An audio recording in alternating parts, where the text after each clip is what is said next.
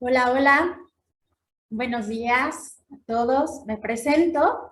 Yo soy Julia Sarazúa, de profesión, soy psicóloga y bueno, pues tengo como dos especializaciones. Por un lado, me he dedicado a lo que es el desarrollo organizacional y lo que es la administración del cambio. Y por otro lado, pues soy psicoterapeuta gestalt, con enfoque también en tanatología. Entonces, bueno, el día de hoy les voy a hablar sobre el tema de la ansiedad de la situación. Y vamos a revisar tres temas en particular, que son miedo, angustia y ansiedad. Y bueno, les voy a pedir de favor que durante la sesión tengan su micrófono en silencio y al final pues vamos a dar un espacio para lo que son las preguntas y respuestas. Y también si quieren irme escribiendo sus preguntas, sus comentarios en el chat para que al final los podamos ir revisando, ¿vale? Vamos a comenzar.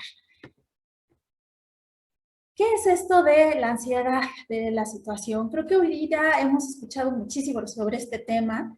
Creo que es algo que inclusive durante la pandemia lo hemos vivido, lo hemos experimentado a través de los síntomas. Y creo que también previo a esto lo hemos experimentado de una u otra manera, ¿sí? Quizás no tenemos como muy claro cómo se vive, cómo se nombra esto, cómo se trata, cómo se puede controlar. La idea a partir de toda esta situación de conocer estos tres elementos que son el miedo, la angustia y la ansiedad es poder sobre todo entenderlos, poder abordarlos y sobre todo poder trabajar con ellos, ¿vale? Desde un enfoque, desde la psicoterapia. Entonces vamos a comenzar con el miedo, ¿vale? ¿Qué es el miedo? El miedo es una de las 5 emociones básicas que tenemos todas las personas para nuestra supervivencia, ¿sí? El miedo es una reacción que es fisiológica, que se da de manera automática, que por ser una reacción fisiológica es de una alta intensidad, pero de una corta duración. Eso quiere decir que nuestro cuerpo está dispuesto a reaccionar ante cualquier peligro o amenaza. Entonces, su objetivo de supervivencia es la protección.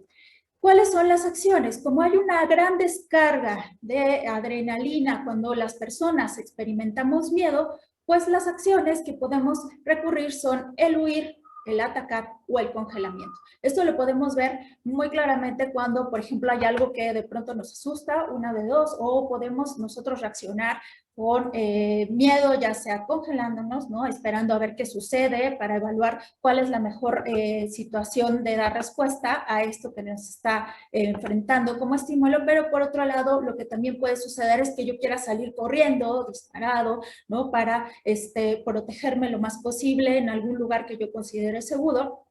O la otra es atacar, ¿no? Cuando hay un estímulo de pronto que yo siento que pone en peligro, que amenaza mi existencia, entonces ahí puedo ya sea ir directamente a eso que está tratando de atacarme o que yo percibo como una amenaza. Ahora, esto es más complejo cuando se trata, por ejemplo, de situaciones pues laborales, cuando son personas que nosotros conocemos, ¿no? O sea, no es que yo directamente llegue y quiera atacar a una persona, aunque a veces quisiera, ¿no? Porque es como a veces mi iniciativa. Algo que tengo que notar es que el miedo tiene una función de protegerme.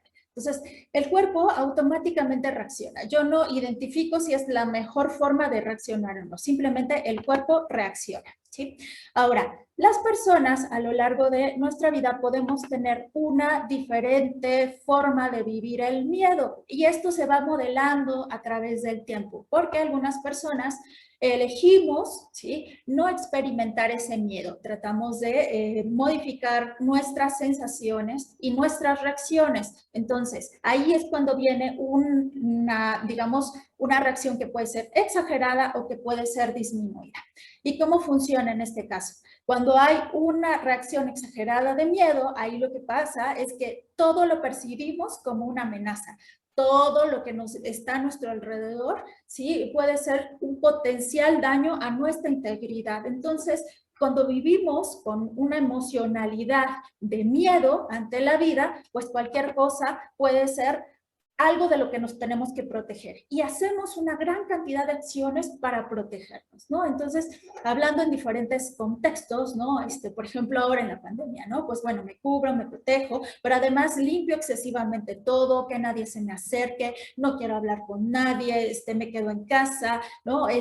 Otra de las reacciones exageradas podría ser, y no nada más relacionado con este tema de la pandemia, puede ser cuando yo quiero evitar a todas las personas, quiero evitar cualquier situación donde me pueda poner vulnerable o que me ponga en riesgo, cualquier situación donde yo sienta que no estoy firmemente plantado en mi seguridad, en mi aplomo. Entonces, aquí es cuando vemos que cuando las personas tenemos un desequilibrio en la vivencia del miedo de manera exagerada, entonces las personas percibimos todo como amenaza. Entonces, las reacciones que vamos a generar a través de esta vivencia del miedo constante van a ser constantemente de alejarme de todos, de tratar de protegerlos, de percibir obviamente que todos van a dañar. Y entonces podemos decir, ¿qué le pasa a esa persona si de pronto se está experimentando con tanto miedo? Pues lo que va a generar es rechazo hacia todas las demás personas. Ahora, también cuando hay una vivencia del miedo, cuando está disminuida, lo que significa es que la persona trata de no vivir ese miedo. Lo que pasa con las personas es que se vuelven contrafóbicas y aquello que les causa miedo, entonces van a buscarlas directamente. Entonces voy a ir hacia eso que en realidad me causa miedo. Y esto puede ser muy peligroso porque entonces lo que yo voy a colocarme son en situaciones constantes donde mi integridad se va a ver en peligro. Eso pueden ser desde los deportes extremos, las relaciones tóxicas, y pues por ahí, si alguno lo ha escuchado, son estas personas que dicen, yo no me voy a cuidar, yo voy a salir a la calle, ¿qué más me da? De algo me de morir. Es más, vamos a ir a una reunión y vas a ver que a mí no me va a pasar nada y esto es algo que a mí no me va a afectar, ¿no? Entonces, es la no percepción de que me estoy colocando en una situación de riesgo y obviamente eso lo que va a afectar pues obviamente es todo mi mecanismo de vivencia, ¿sí? De la seguridad, de mi protección, de mi integridad, ¿vale? Eso es, en resumen, lo que sería el miedo. Ahora, como les decía, el miedo no es algo a lo que yo pueda elegir reaccionar o no. Todos experimentamos miedo. Ahora, como les decía, es una de las 5 emociones básicas con las que todas las personas tenemos predefinidas. Entonces, les decía, la reacción es muy intensa, pero es muy corta. Es una descarga de adrenalina que obviamente pues, no dura tanto tiempo, dura unos minutos, porque si no, entonces me daría un infarto. Ahora, ¿cuál es la diferencia con las siguientes, que son la angustia y la ansiedad? Para que ustedes los vayan identificando. La angustia es más a nivel sensacional, es más en los sentidos, se percibe más en el cuerpo. ¿Sí? Hay 3 tipos de angustia, la fisiológica, la existencial y la disfuncional. La fisiológica es lo que todos podríamos describir como lo que es la ansiedad pura, ¿no? Es un cambio que se está dando en mi entorno, que además es por características, es sorpresivo, es obviamente violento y es amenazante. ¿Sí? Es un cambio súbito en mi entorno y entonces eso lo que hace es que inmediatamente mi reacción empieza con protegerme, con cuidarme, con tener palpitaciones, con tener sudoración. Hay también esta gran descarga de energía. ¿Sí? Ahora, también hay que saber que la angustia fisiológica se puede dar cuando hay una descompensación química del organismo. ¿Esto a qué se debe? Cuando principalmente se da una gran descarga de adrenalina en el cuerpo. Entonces, no nada más puede ser por un evento, por ejemplo, que yo vi una persona que se acercaba a mí en la oscuridad en la calle, o que inclusive, ¿no? Ahora que nos ha estado ocurriendo, ¿no? De repente yo escucho la alerta sísmica y entonces empiezo a tener reacciones, ¿no? Fisiológicas, porque eso me evoca a algún evento que pasó con los sismos anteriores del 85, del 2017, si yo así los viví. O también puede ser cuando se da alguna enfermedad o algún cambio químico en nuestro cuerpo. cuáles pueden ser, por ejemplo, la adolescencia, la menopausia, cuando tengo alguna enfermedad física o inclusive cuando tengo algún tipo de operación, por ejemplo, una intervención como una operación a corazón abierto. Son, como les describía, eventos traumáticos que cambian la compensación del organismo y entonces obviamente lo que se genera es esta reacción automática. ¿Sí? Entonces, esa es la diferencia entre una y otra. Ahora, la angustia, digamos, fisiológica, se experimenta de manera intensa a través de estas reacciones físicas que les decía, se perciben en el cuerpo, la sudoración, la agitación, las palpitaciones, este famoso sudor frío, ¿no? El temblor, el nerviosismo, la inquietud, ¿no? Entonces, todo esto lo puedo percibir a nivel del cuerpo. Por eso es muy fácil de identificar. El segundo tipo de angustia es mucho más sutil, la angustia existencial.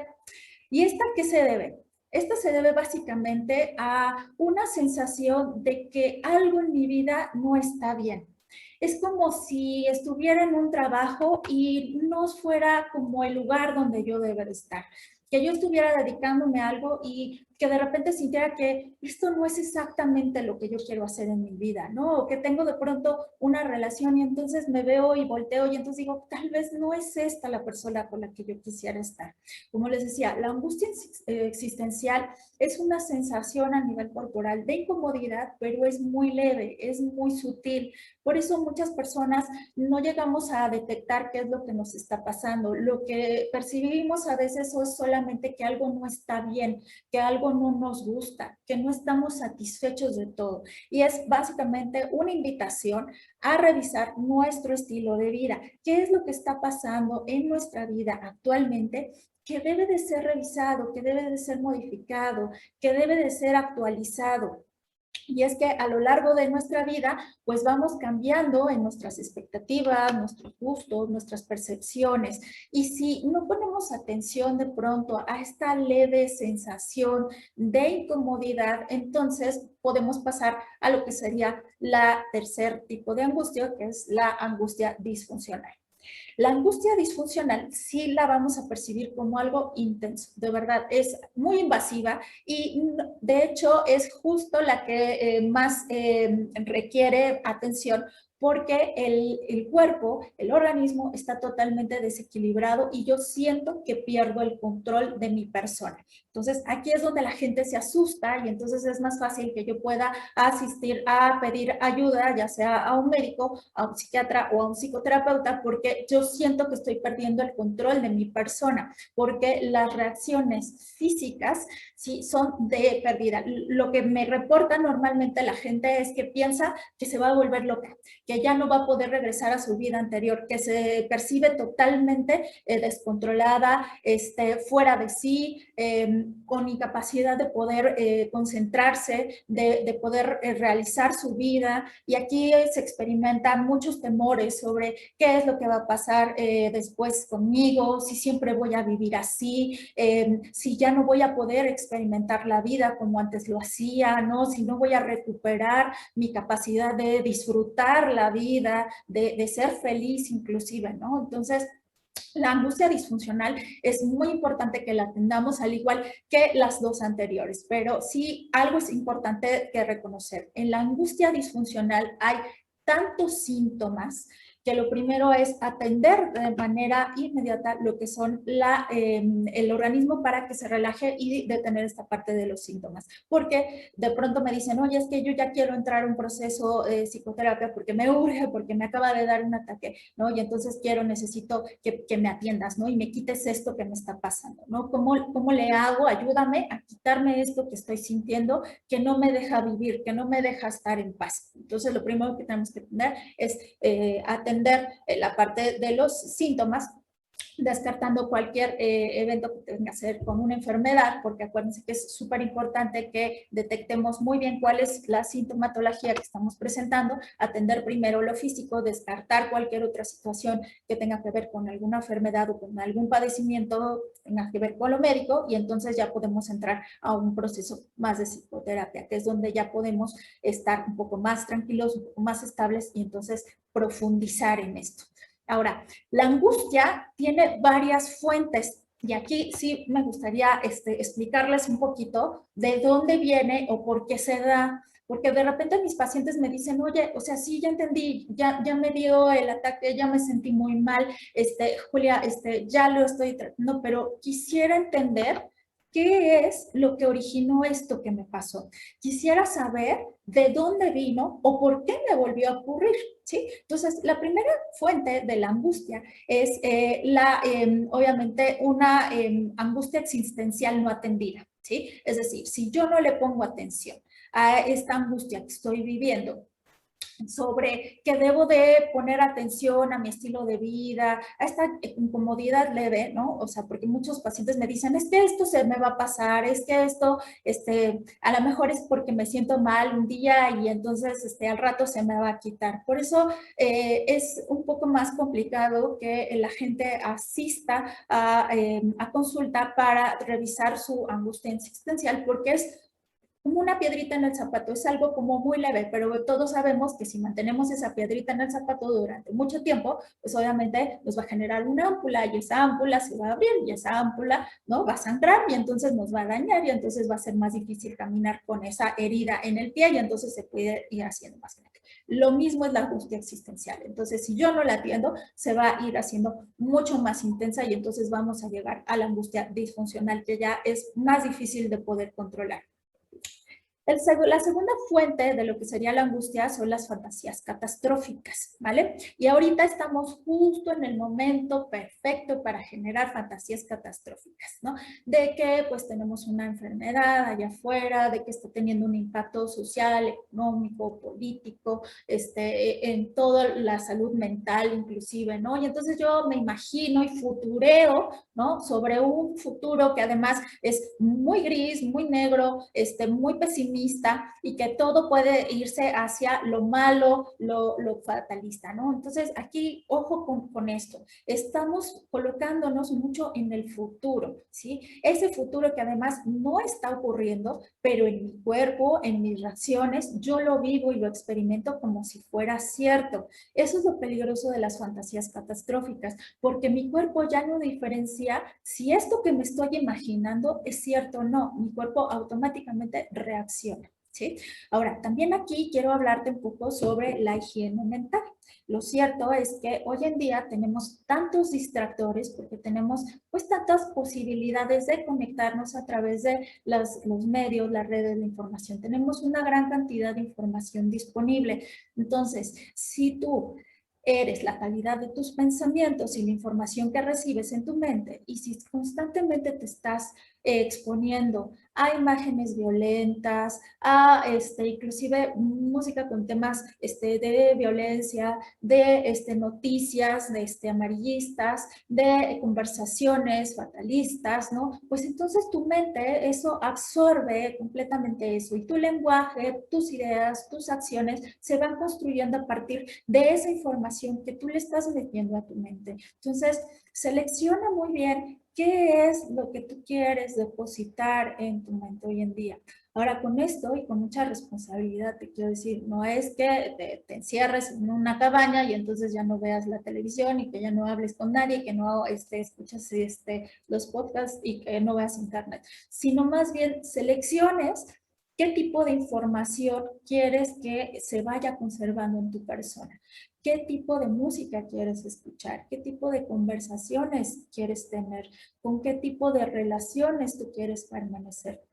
Y esto muchas veces te lo dicen en estas sesiones de mindfulness y meditación, ¿no? Los budistas lo conocen muy bien, que es esta higiene de la mente, ¿no? Que es cuidar la calidad de nuestros pensamientos y la información que estoy depositando en ella. Entonces, aquí la recomendación es primero, para detener las fantasías catastróficas es colocarnos en el presente, en el aquí y en el ahora. Ahora, yo sé que eso es bastante complicado para algunas personas porque dicen, ay, Julia, ¿cómo no me voy a preocupar, ¿no? De lo que va a pasar mañana, de cómo va a estar la situación, si yo soy una persona responsable, ¿no? De mi familia o tengo un equipo de trabajo o inclusive, bueno, pues yo me preocupo por mi futuro y mi existencia, entonces, ¿cómo le hago para no pensar en mi futuro? Y es la diferencia entre programarme para tener una vida y una proyección sana o simplemente generar ideas negativas sobre lo que va a ser mi futuro, que además pueden ser muy poco realistas. Entonces, eso sería lo primero, ¿no? Centrarme en el presente, en qué sí está ocurriendo aquí y ahora, qué sí estoy viviendo, qué con la información que hoy en día tengo sí es probable y cuál de aquellas no. Aquí mucho lo que hacemos en los procesos de psicoterapia es trabajar con el cuerpo, porque hemos trabajado demasiado la mente con estas ideas, con estas fantasías catastróficas, estoy demasiado aquí, entonces lo que tenemos que hacer es regresar al cuerpo. ¿Qué sí está pasando? ¿Qué sí estoy sintiendo? ¿Qué sí estoy viviendo? Y aquí seguramente algunos, si están familiarizados con esto, podrán haber escuchado que la técnica es la del grounding, que es contactar a través de los sentidos, ¿no? Con mi cuerpo, ¿no? Que es la vista, el oído, el olfato, el gusto, el tacto. ¿Sí? ¿Qué es lo que estoy viendo ahorita? Ah, bueno, pues yo ahorita estoy mirando la pantalla, estoy mirando por ahí a Jacobo, que está ahí, hola, ¿qué tal? A Cinta, que se acaba de acceder a la sesión, por ejemplo, ¿no? ¿Qué es lo que sí estoy percibiendo en este momento? Lo que sigue, ¿qué escucho? Bueno, pues ahorita yo escucho mi propia voz. Ahorita todavía no me he activado sus micrófonos, ¿no? Entonces, yo escucho mi voz. Eso es lo que yo ahorita puedo percibir porque traigo audífonos y no hay otra cosa que yo pueda estar escuchando. Quizás de pronto le pongo un poco más de atención a cómo resuena, ¿no? Mi voz dentro de mi cuerpo, ¿no? Un poco mi respiración. Hola Guillermo, ¿cómo estás? Esas son las cosas que yo puedo percibir con los sentidos. Otra, el gusto, ¿cómo siento ahorita el gusto? Ah, bueno, pues tengo la boca seca, a lo mejor yo ahorita pues necesito un traguito de mi café, ¿no? Y entonces, contacto con eso, qué estoy sintiendo en el gusto, ¿no? El olfato, ¿qué estoy en este momento percibiendo con el sentido del olfato? Bueno, pues hay en el ambiente algo que yo perciba, ¿no? Yo, por ejemplo, a mí me gusta la aromaterapia y entonces pongo, ¿no? Mi difusor con aceites esenciales cítricos, ¿no? Y entonces yo percibo olor a naranja, por ejemplo, ¿no? Eso es lo que percibo con el olfato. Y el tacto, acuérdense que el tacto es uno de los sentidos más amplios, entonces no nada más es lo que toco, no nada más es la sensación de frío, de calor, de movimiento, sino también ahorita yo percibo pues mi cuerpo reposado sobre la silla, mis caderas descansando sobre la silla, sobre el espaldo, siendo inclusive el espacio físico donde estoy. Eso es con lo que sí puedo contactar. Y normalmente cuando empezamos a hacer este proceso, a las personas es tratarlas de regresar a lo que sí está sucediendo aquí, al presente, ¿sí? Porque es muy fácil irme de nuevo a la mente. Entonces, esa sería uno de los primeros tips para empezar a trabajar con las fantasías catastróficas. Lo primero, la higiene mental, que es lo que le deposita a mi mente, y lo segundo sería contactar a través de estos sentidos lo que sí está ocurriendo aquí y ahora. Y este ejercicio también lo podemos hacer a través de la respiración. Simplemente inhalando y exhalando por la nariz, inhalando y exhalando por la nariz. Ahora, si estás muy agitado, lo que te recomiendo es que trabajes más con tu exhalación, no tanto con la inhalación, porque si no te vas a hiperventilar. Entonces, lo que hacemos es trabajar más con la exhalación. Entonces, puede hacer una inhalación por la nariz, pero exhalar por la boca. Y de esa manera hacerlo de manera cada vez más pausada hasta que yo pueda ir contactando y regresando a mi cuerpo. La sugerencia normalmente yo lo hago 3 veces, ¿no? Para que podamos regresar. Y automáticamente la exhalación me permite liberar esa energía y entonces regresar a mi presente, contactar y arraigar, ¿vale? La tercera fuente de la angustia es la incertidumbre. Otro de los momentos más propicios para vivir la incertidumbre es ahorita, justo en este momento. Porque pues, hay muchos factores de los cuales pues, no tenemos el control.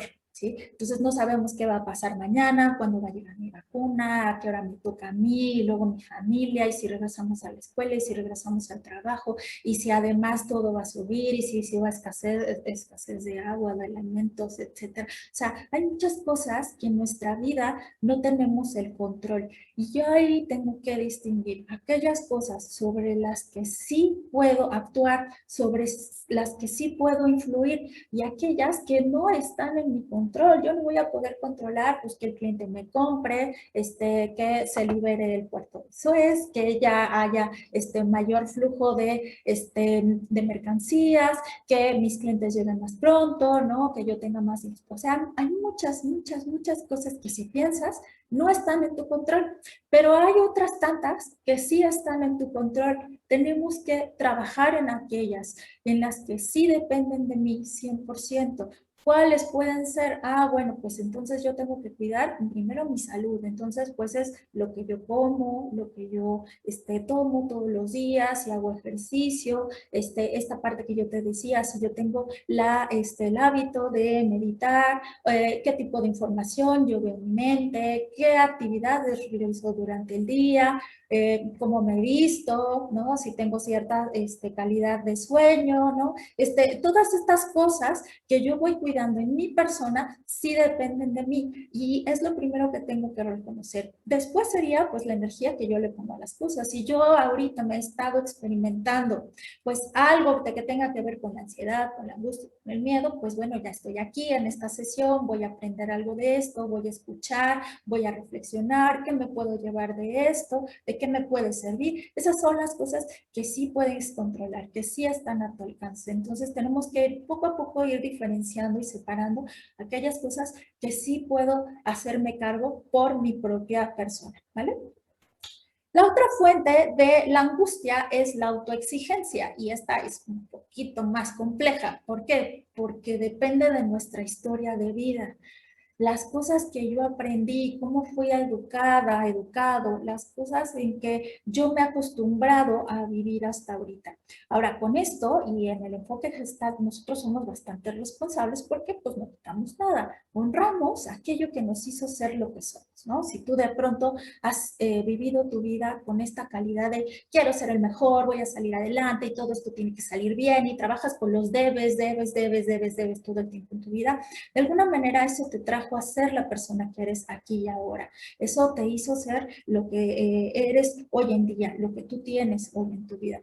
Pero sin embargo, también hay que reconocer cuando hay etapas en nuestra vida donde esta autoexigencia, en lugar de ayudarnos, nos está limitando, nos está entorpeciendo el camino. Entonces, imagínate, si de repente estamos en un contexto donde hay pues mucha incertidumbre, donde las cosas nos están dando de igual manera como las solíamos vivir hace 2 años, ¿no? Que tus clientes no están llegando tan fácilmente, que habituarte a este tema, ¿no? Del home office, de tener que convivir con tus compañeros a distancia, ¿no? De tener que tener esta atención 100% a un equipo, ¿no? En lugar de estar interactuando con personas a personas y que además tú dices, es que debo de hacerlo perfecto y debo de dar los resultados y que debo de, a resistir y aguantar estoicamente. Entonces ahí date cuenta que esas actitudes, que esos deberes, que esas creencias que están relacionadas con tu exigencia, ahorita no te están funcionando. En lugar de ayudarte, te están limitando.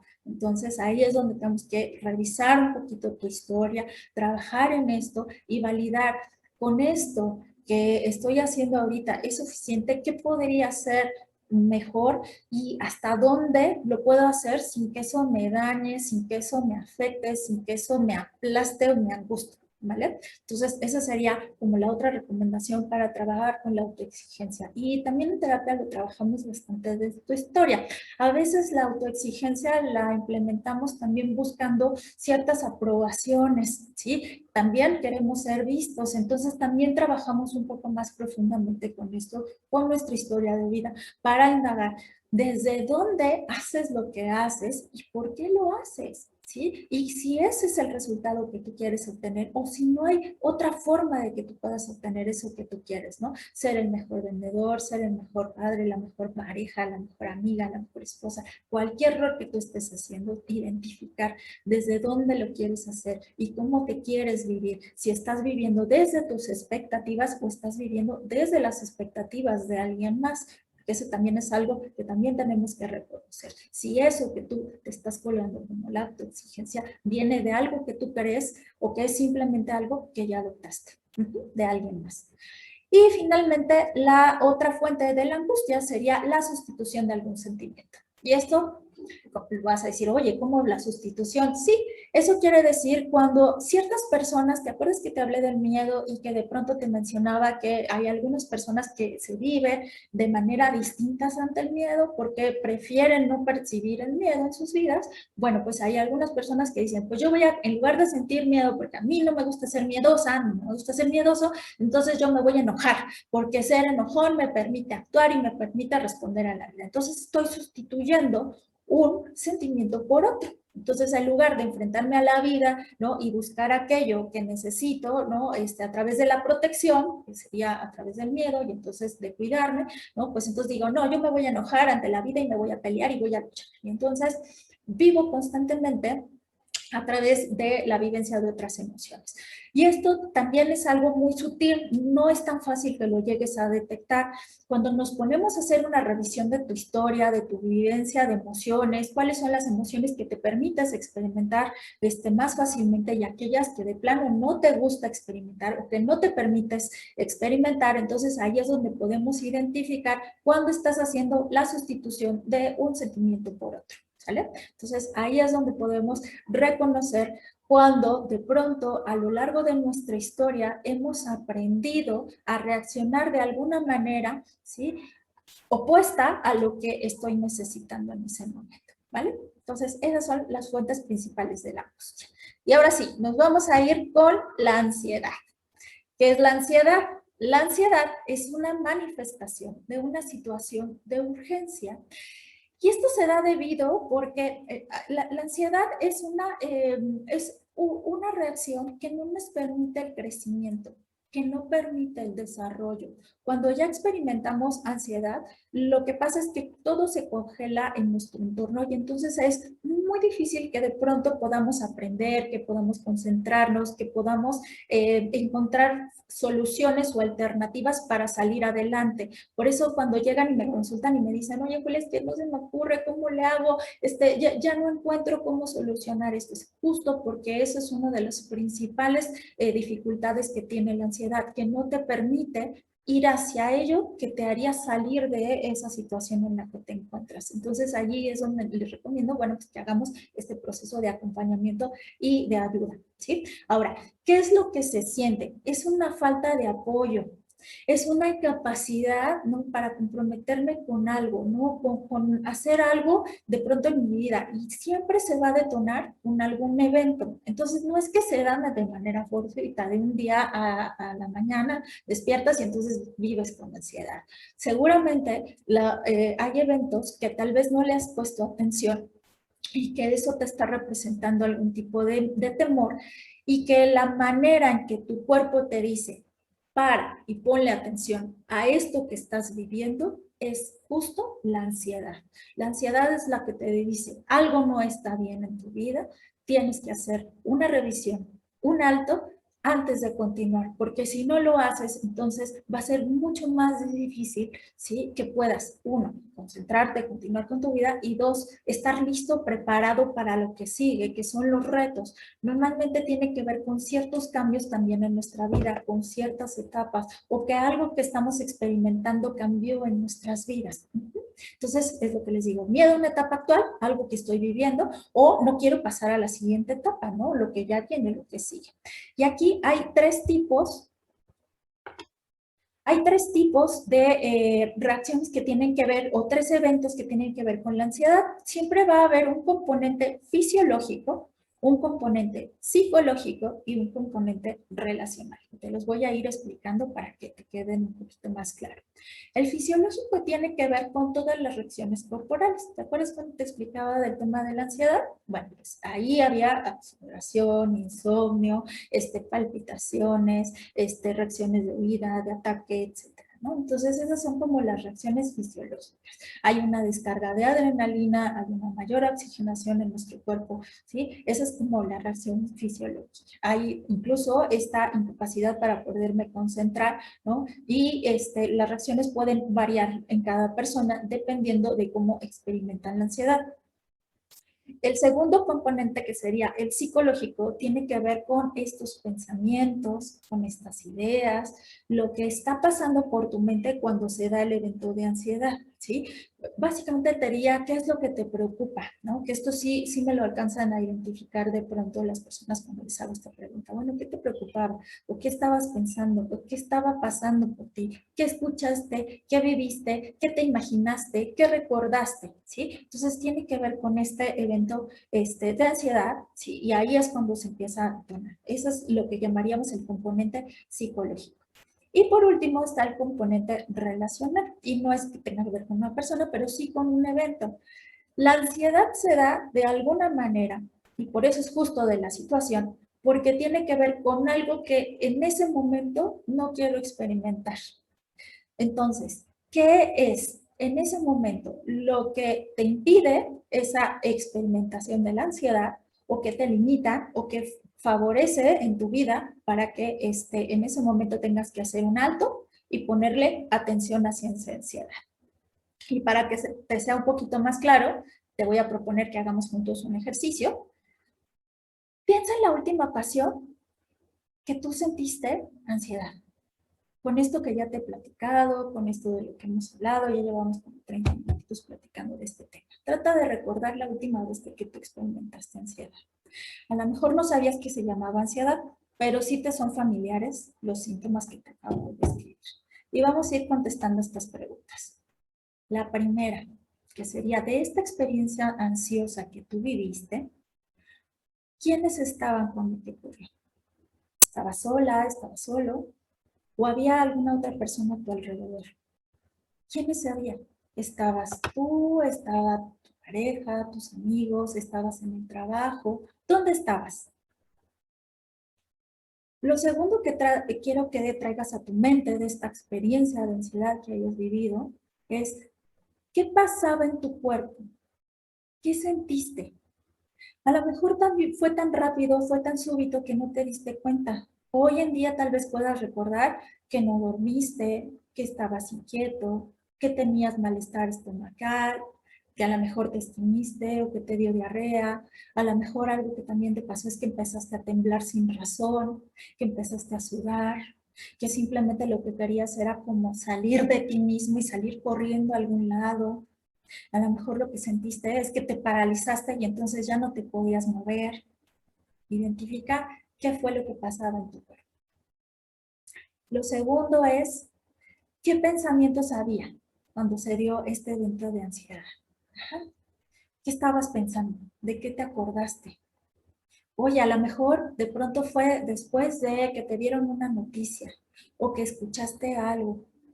¿Qué estaba pasando? ¿Qué sentimientos había en tu cabeza?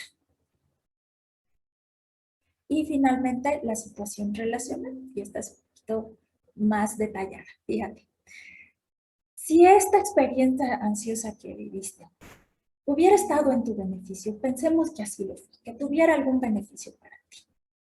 ¿Este evento cómo te favoreció? ¿Qué te permitió? A veces es un poco difícil porque me dicen, no, Julia, pues yo me sentí muy mal, no podía dormir, no podía concentrarme, de verdad yo no le veo beneficio a esto, ¿sí? Entonces, bueno, a ver, tratemos de profundizar. A ver, cuando te dio este evento, esta experiencia ansiosa, ¿qué obtuviste? ¿De qué te estaba protegiendo? De repente me dicen, ¿sabes qué? Lo que me acabo de dar cuenta es después de que me dio esta ansiedad, paré mi ritmo del acelere. Lo que hice fue delegar mucho de mi trabajo, pude estar más tiempo en casa, pedir ayuda y ponerle atención a mi vida. Esas son las cosas que, si lo ves como un beneficio, ¿sí?, de esta experiencia ansiosa, es lo que te favoreció o lo que te permitió y de lo que te protegió, ¿sí? Ahora, yo sé que en nuestra cultura occidental el tema de la enfermedad y los síntomas no los vemos positivos, cuando en realidad son una alerta, son un mensaje, una señal de que nos está avisando de que algo no está bien. Entonces, en el enfoque que yo manejo, los síntomas y la enfermedad lo vemos como un foco de atención a aquello que no he podido mirar a simple vista. Entonces, la experiencia ansiosa también la podemos mirar desde este punto de vista. ¿Qué me va a aportar? ¿De qué me va a proteger? ¿Qué me está permitiendo en este momento? esta situación a la que yo le tengo que poner atención en este momento me está requiriendo que pare, que baje la velocidad, que regrese a mí y me observe qué es lo que necesito. Espero que con este ejercicio haya sido un poquito más claro para ti, para identificar cómo es esta experiencia ansiosa y a partir, porque acuérdate que son experiencias que vivimos, que estas no son permanentes, que en la medida en que vayamos trabajando con ellas, la próxima ocasión que se vuelva a dar, la vas a experimentar de una manera diferente, porque ya tendrás los recursos necesarios para visualizarte de manera diferente y entonces poder experimentarla en tu cuerpo de una manera distinta. Por eso les digo que atender este tipo de síntomas nos ayuda mucho para prepararnos para lo que sigue, para lo que viene en las otras etapas de nuestra vida. ¿Vale? Y finalmente te quiero explicar por qué quise incluir los 3 temas en esta sesión. Fíjate, en un proceso emocional normal, todas las personas a través de nuestro cuerpo, ¿no? A través de nuestros sentidos, recibimos los mensajes de aquello que necesitamos, ¿sale? Y a partir de eso generamos una emoción que, como te decía, todos tenemos emociones cargadas biológicamente, ¿sí? Y que nos tienen un objetivo de supervivencia. Todas las emociones son automáticas, ¿sí? Tienen objetivos de supervivencia, se experimentan muy intensas, pero en corto tiempo. ¿Sí? Los sentimientos, a diferencia de las emociones, ya pasan por la cognición. ¿Qué significa esto? Que ya pasan por nuestras creencias, nuestros valores, nuestros recuerdos, todas las experiencias previas, todo lo que yo ya he vivido con anticipación. ¿Sale? Entonces, los sentimientos son menos intensos, pero son más duraderos. Entonces ahí es cuando me dicen, bueno, entonces ahora entiendo por qué esto que estoy experimentando ha durado tanto tiempo, porque si tú me habías explicado, Julia, que las emociones son muy breves, entonces ¿por qué esta incomodidad que estoy sintiendo tiene tanta duración? ¿Sí? O ya llevo tanto tiempo con esta experiencia, ¿vale? Y finalmente, esos sentimientos en este proceso emocional normal me diría qué es lo que necesito, qué es a lo que tengo que atender, qué es lo que tengo que buscar. Y en este proceso, como te explicaba, entonces fíjate, la ansiedad es lo que se experimenta en el cuerpo, es la sensación, es lo que yo puedo detectar a través de los síntomas. La emoción que detona o el objetivo que me está haciendo perseguir es a través del miedo, es la protección, ¿sí? El sentimiento es la angustia, por eso dura tanto tiempo y como te decía, hay 3 tipos de angustia y hay muchas fuentes de las cuales te describía que pueden hacer que a lo largo del tiempo se experimente, sí, tal vez con poca intensidad, pero por un periodo mucho más prolongado. La necesidad en todas estas es la protección. Hay algo en mi ambiente, en mi entorno, en mi vida, en mis relaciones, que siento que me está dañando, que me está afectando. Y entonces ahí tengo que reconocer cuál sería la siguiente acción. ¿Qué voy a hacer con eso que me está pasando? A través de un proceso de psicoterapia, lo que yo te ayudo es a identificar, ¿no?, cómo estás viviendo estos. Y también otra cosa que te quiero describir, en un proceso normal viviríamos así tal cual, sensación, emoción, sentimiento, necesidad de acción, ¿no? Yo sé, siento algo, experimento la emoción, reconozco cuál es el sentimiento, voy a la necesidad y voy a por ello que necesito para resolverlo. Pero las personas tenemos ciertos bloques. El primero es la desensibilización. Yo no siento nada, aprieto el cuerpo lo más posible y entonces trato, hagan de cuenta como de cerrar todos mis sentidos para no sentir nada. Ahí estamos las personas que nos encanta contracturarnos, ¿no? Los que no queremos ver las cosas, los que no queremos sentir las cosas, ¿vale? Ahora, cuando ya se da la sensación y ya experimentamos en el cuerpo los primeros síntomas, otro de los bloqueos que podemos tener es la negación. No, esta cosa se me va a pasar. No, esto no tiene importancia. No, yo me tomo una pastilla, yo hago esto, yo me distraigo, yo me ocupo y entonces ya pasará con el tiempo, ¿no? O sea, niego lo que está pasando en mi cuerpo. Y finalmente, bueno, pues si ya pasa por la experiencia de la emoción, yo ya detecto que ya a lo largo del tiempo se está manifestando esto, que ya mis creencias, mis ideas, mis pensamientos están infundiendo en estos síntomas que yo ya experimenté, esto sería ya a nivel de sentimiento, y que no se me quita, ¿no? O sea, que yo ya tengo una sensación que perdura a lo largo del tiempo. Aquí lo que puede ser es la represión, ¿no? O sea, trato de minimizarlo, trato de no escucharlo, trato de acallarla inclusive, ¿no? Aquí lo riesgoso de todo esto es que a veces tratamos de no hacerle caso al cuerpo, simplemente lo queremos adormecer y por eso mucha gente, pues bueno, se mete en distractores, ¿no? O se toma una pastilla y entonces ya olvidamos, sin ponerle atención necesariamente a eso que nos está pasando. Por eso el proceso emocional está muy vinculado a toda la experiencia de la ansiedad, ¿sí? Por eso es tan importante que lo hagamos. Ahora sí, es relevante que descartemos que que no sea una enfermedad física, porque hoy en día la ansiedad se puede dar de muchos tipos. Ya la clasificación del DSM-5 nos está dando una gran cantidad de experiencias de ansiedad que se dan conjunta con otras enfermedades, ¿no? Como por ejemplo, cuando experimentamos quienes hayan tenido COVID, ¿no? O que tengan COVID, también experimentan muchas sensaciones de ansiedad. Entonces está muy vinculado por eso, porque es un desequilibrio en el organismo donde el cuerpo tiene que regresar a este estado, ¿no? De equilibrio, de homeostasis. Entonces, por eso es importante, ¿no? Atender primero lo físico y después empezar a trabajar con la parte emocional, ¿vale? Pues bueno, espero que esto para ti haya sido un poco más claro, hablando sobre el tema de la ansiedad, la angustia y el miedo. Y bueno, te dejo aquí mis datos para que en dado caso, si quieras contactarme en un futuro, con todo gusto estoy disponible.